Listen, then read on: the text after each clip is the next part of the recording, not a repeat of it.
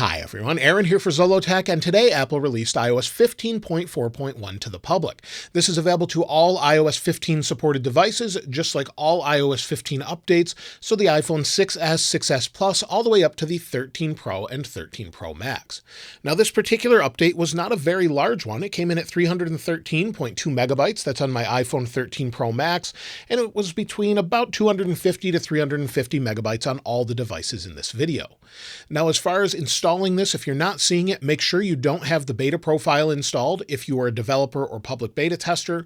Otherwise, just go to your settings, go to General, then Software Update, and check for an update there.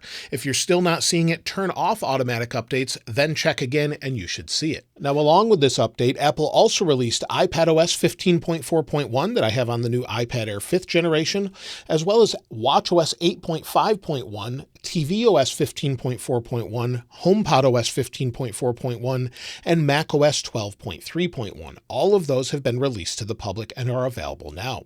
Now let's take a look at the build number and talk about what's new. So we'll go to Settings, then we'll go to General, then About. As you can see, the build number is 19E258, and this particular build was released to fix a few bugs and add security updates.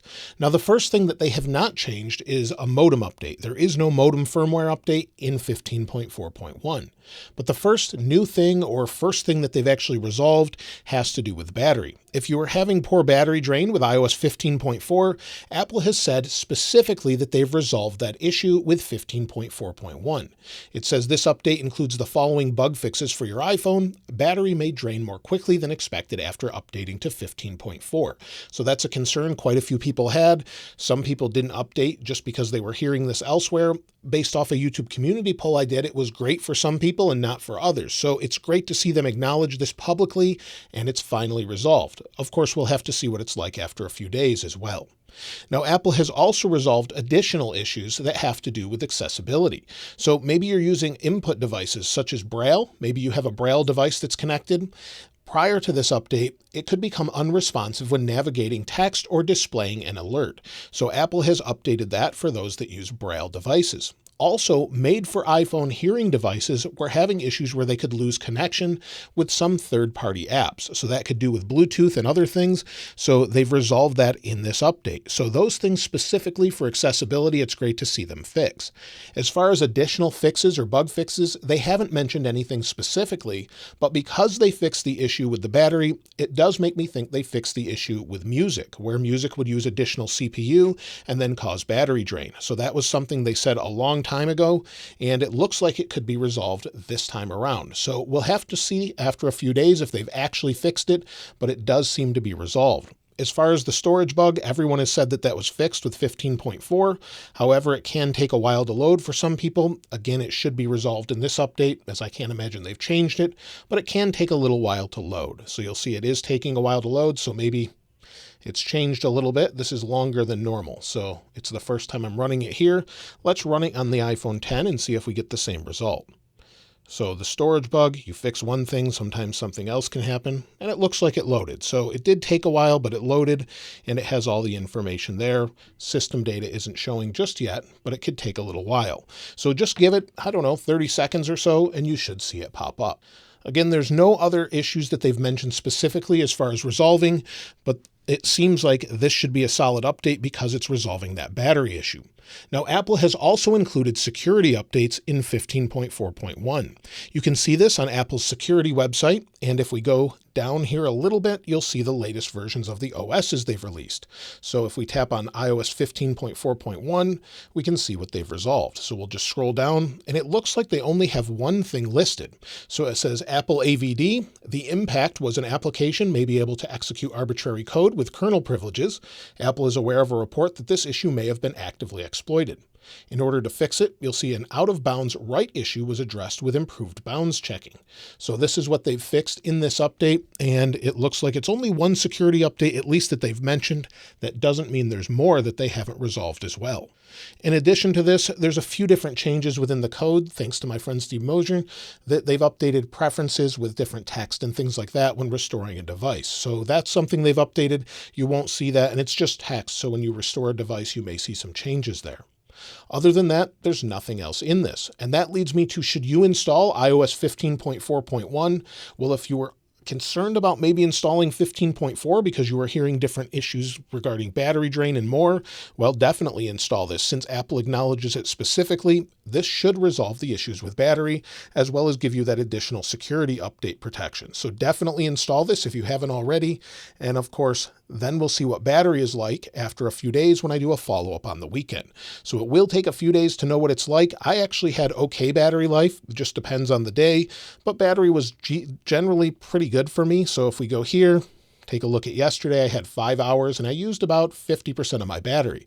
So I was getting around 10 to 12 hours of screen on time with my normal use. So pretty good for me, but not everyone. When it comes to the iPad, it also gets those exact same mentions as far as the update. Within Apple's release notes, they said that they've fixed battery and Braille devices and hearing devices as well. So iPad gets those updates as well, and the iPad really struggled with battery life for me, so hopefully that's resolved. As far as overall performance, I really wouldn't expect it to be any different. So far, it feels about the same. It's performing the same, going into music and scrolling, and on any device I've used, it's basically the same smoothness, and I don't notice any difference as far as that goes. I'll share with you the benchmarks in a little bit though. But as far as iOS 15.5 betas, some people have thought that maybe we're not seeing any more iOS 15 betas and Apple will just focus on iOS 16. However, they've never done this in the past, but again, they can change this up whenever they want. Typically, we'll have updates all the way up until the end of August, where they'll update maybe all the way to 15.7 with security fixes and a few additional features if they're not adding them in iOS 16. So that's normally what we see. Apple could be changing it this year. We don't really know. And you'll see it's the 31st today. And so typically we would expect already to have a 15.5 beta 1 and be well into the betas. So maybe we'll have one next week. We could have one tomorrow. Apple is really changing the way they've done things, and we haven't had an update in a few weeks. Also, we're still waiting for WWDC Invites. The Worldwide Developer Conference happens every year, usually in June, and they announce when they're going to have it, usually at the end of March. That's typically when they do that, although again, it looks like they may have changed it. It's possible it will be in person, and typically it takes place in the first or second week of June. So many people are suspecting the 6th or 7th for WWDC, and that's where we'll see iOS 16 and iOS or iPadOS 16 and macOS 13 and so on. So those things should be coming up pretty soon, but we haven't seen those invites just yet. As far as benchmarks, I did run them on these devices just so you could take a look, and this is what I got. On the iPhone 13 Pro Max, it scored 1,717 for single core, 4,705 for multi-core. So I just wanted to share that. I'll run these again in the follow-up video, but I did run them on all of these devices. Let me share those with you quickly. From left to right, we have the iPad Air 5th generation, followed by the iPhone 10, then the iPhone 11, and the iPhone 13 Pro Max. These scores seem to be right where they should be, so basically if you're having anything within a few hundred of these, you should have the same performance, and there's no issues whatsoever. These are just a general overview of what we would expect for performance, and they seem to be at the higher end, at least on the 13 Pro Max. So that's everything with iOS 15.4.1, and it's great to see Apple patch the battery issue and acknowledge it's an issue for some people. So it's great to see them do that, and fairly quickly. Now, I know it's been a couple weeks since we had an update, but it was nice to see them patch an issue that many people were concerned about. Now, if you found anything else I didn't mention in the video, I'd love to hear from you in the comments below. And of course, if you'd like to get your hands on this wallpaper, I'll link it in the description like I normally do. If you haven't subscribed already, please subscribe. And if you enjoyed the video, please give it a like. As always, thanks for watching. I'll see you next time.